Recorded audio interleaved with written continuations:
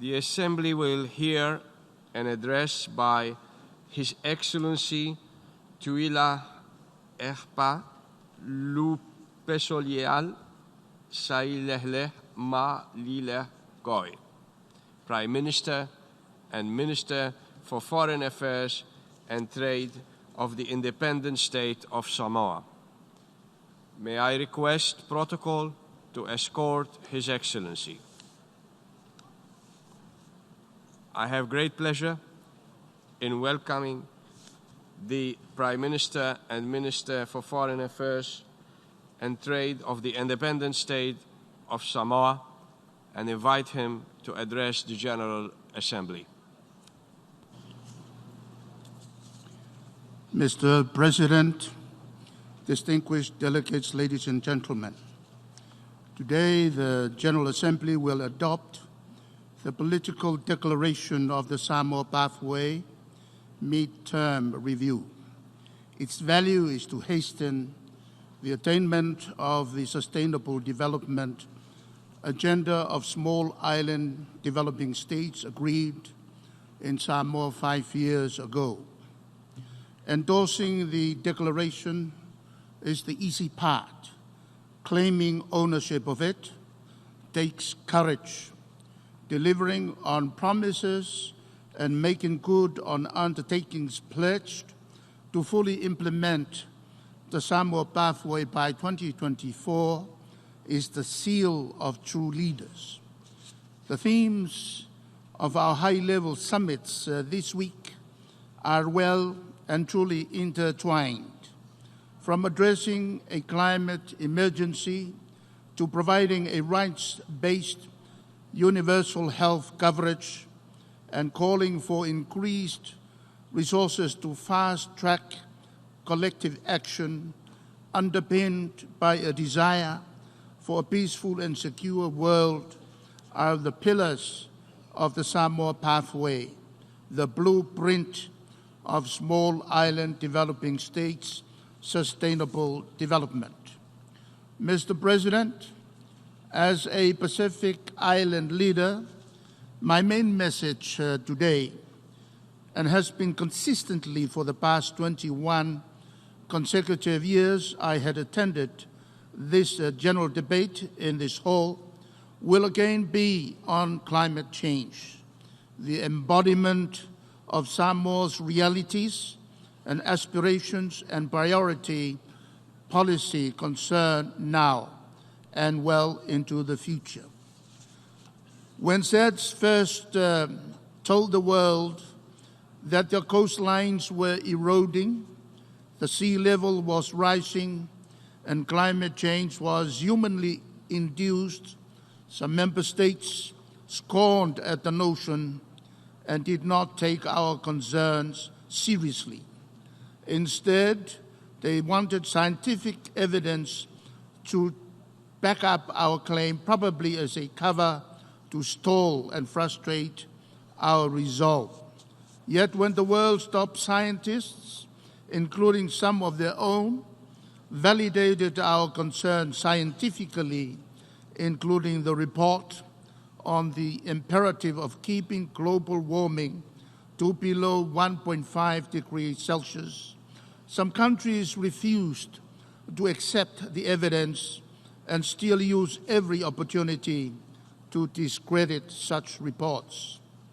Science has spoken, the message loud and clear. We cannot use it selectively only when it suits one's agenda. Climate change is real, climate change is here, it is impacting with far more frequency and severity. It is a security risk of far greater proportions than many people are willing to admit. Sadly, it could lead to the demise of some sovereign states that are low-lying atolls and small island states. There is a misguided notion to portray climate change as a small island developing states concern only. Nothing can be further from the truth. Climate change crosses borders uninvited and does not discriminate by size or economic status. It impacts every country, though some more extensively than others, like small island developing states, because of their particular and unique vulnerabilities. Times are changing. The world has witnessed in recent times epic occurrences of horrific natural disasters, unprecedented in the 74-year history of our organization. Tsunamis, tornadoes, hurricanes, earthquakes, flooding, bushfires, droughts have resulted in countless loss of lives and untold suffering, and set back for years the development of some countries. Climate change will impact all of us, whether sooner or later. Climate change is a global problem requiring a decisive response from the world community. It should unite rather than divide us. The challenges of and the solutions to address climate change is already common knowledge. Yet we have failed to deliver ambitious global action so necessary to address the root causes of climate change through compromise. We must accept basic climate logic. We need to shift the focus in the climate change relationship from a donor-victim to a partnership approach. Because of the universality of climate change on all of us, the partnership should provide the impetus to find solutions in a decisive manner. Mr. President, apportioning blame for past wrongs will not restore our environment to its early pristine state, and our focus should always be on today and tomorrow, not on yesterday and what should have been. Entrenched positions devoid of today's realities and in pursuit of unrelated agendas do not have a role in our collective effort. No one should stay detached and unconcerned to our common plight. We must work together with a sense of urgency and commitment to address climate change now. It should not just be the science that recommends what we should do, but also our conscience and the political will to follow through. Mr. President, the United Nations remains our last best effort to provide the political will and the necessary commitment to turn the tide against climate change. Nations in leadership roles are called to account in doing the right thing for our global family. We want leaders who view the world as a single constituency where everyone must work together within the limits of their capacity and capability to be part of the total solution. Leadership is a calling. True leaders should lead from the front all the time. The cooperation of every country is necessary if we are to win the climate change battle. We must be innovative and listen to the voices of our youth. There's ring of boldness, passion, and honesty, their advocacy untainted by ulterior motives or hidden agendas. They are determined to do the heavy lifting and prepared to go the extra mile to ensure that we can no longer ruin irreversibly the future and planet that rightly belongs to them. They deserve nothing less. Mr. President, Samoa is thankful to the United Nations for the vital role it played during our journey as a mandated territory and as an independent state. As a small island state with no defense force and an unarmed police service, Our membership of the UN is grounded on the promise of peace, rule of law, equality, and justice that the UN offers every member state.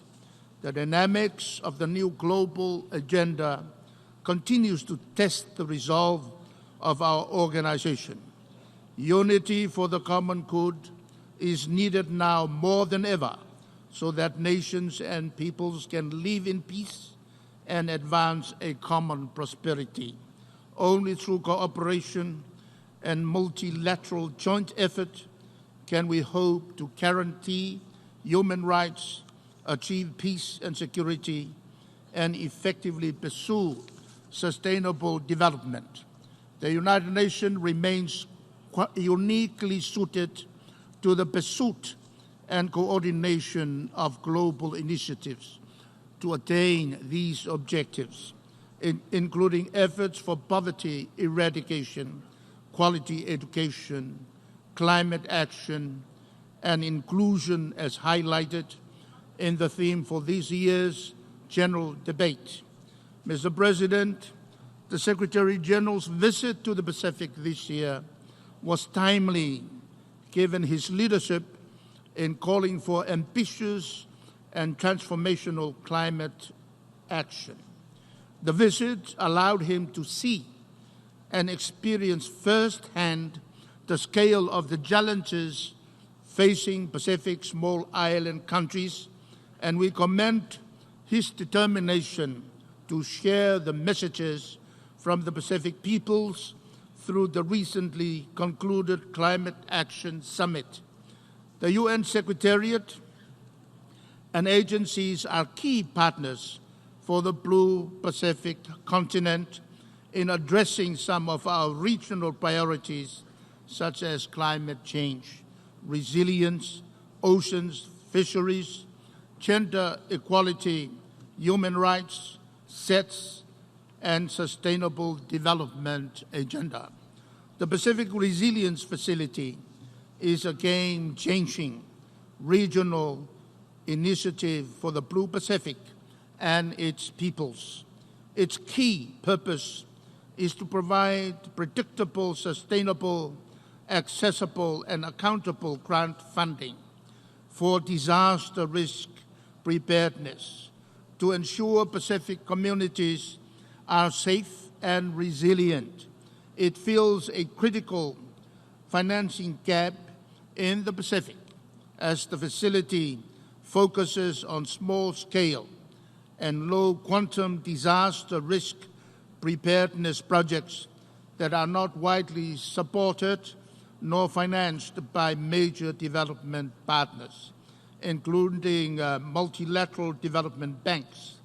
It also complements existing priorities and efforts of national governments and development partners in building resilience of Pacific countries and communities. There is room for support from the international community. Furthermore, we have heard during the week of the importance of deepening dialogue to find solutions to the challenges of the practice of de-risking, considered to be existential threat to small island states by putting them at risk of losing access to the global financial system and enhancing vulnerability. We welcome the recommendation for the establishment of a UN multi-country office in the Northern Pacific. This is an important delivery of the promise for better engagement, presence, and UN system support for the Pacific region. This is also a tangible contribution to some of the asks of the Samoa pathway. On the UN development system reform, we welcome the support extended to the UN resident coordinators in their new role with real additional human resources on the ground to implement other aspects of the reform. The United Nations should deliver as one, both in rhetoric and in practice to avoid duplication of responsibilities and a clear definition of roles against diminishing resources. We hope that the resident coordinators' reforms will provide a harmonized, effective, and efficient response to Member States' priority needs. Close collaboration with the Pacific regional organizations is critical. I wish to re-emphasize the importance of the multi-country office based in Samoa, given our firm commitment to the partnership with the UN and our confidence in what we can contribute to the UN agenda for Samoa's people, as well as for the Pacific, SETS, and also the UN family. Mr. President, development, security, human rights are mutually reinforcing pillars of the United Nations. Equal progress on all three fronts should be the norm, not the exception. As the Secretary General rightly put during his opening statement this week, every measure to uphold human rights helps deliver sustainable development and peace. The sector-wide approach Samoa has adopted in implementing the Sustainable Development Goals allows us to enforce the three pillars of sustainable development. This will be an important part of our preparations for our second voluntary national review next year in 2020, given our commitment to adopt a human rights approach to the implementation of SDGs, aligning the reporting and implementation of the Sustainable Development Goals and the Samoa pathway with the Universal Periodic Review under Human Rights Council and the other human rights conventions will be a challenge. However, this will not be insurmountable. If successful, this will be an important development in meeting our international obligations and utilizing efficiently our limited resources. We believe in embracing inclusiveness and securing citizens' rights to development, including through the proper engagement of the key vulnerable groups such as women and girls, children and the elderly, and persons with disabilities. Transparency and accountability is also crucial in the implementation process. Thus, for Samoa, our audit office has recently prepared a performance audit of the preparedness for the implementation of Sustainable Development Goals for our country, building on synergies and addressing gaps to ensure better prioritization will definitely help galvanize support for implementing the SDGs, thus addressing poverty eradication, support quality education, mobilize climate action, and lead to more effective inclusion. Mr. President, in addition to the climate crisis, we are seeing continued conflicts, rising terrorism, disrupted peace processes, mass displacements, trade wars, and growing tensions worldwide. Even our usually peaceful Pacific region was not spared from the reaches of terrorism as witnessed in the Christchurch terrorist attacks.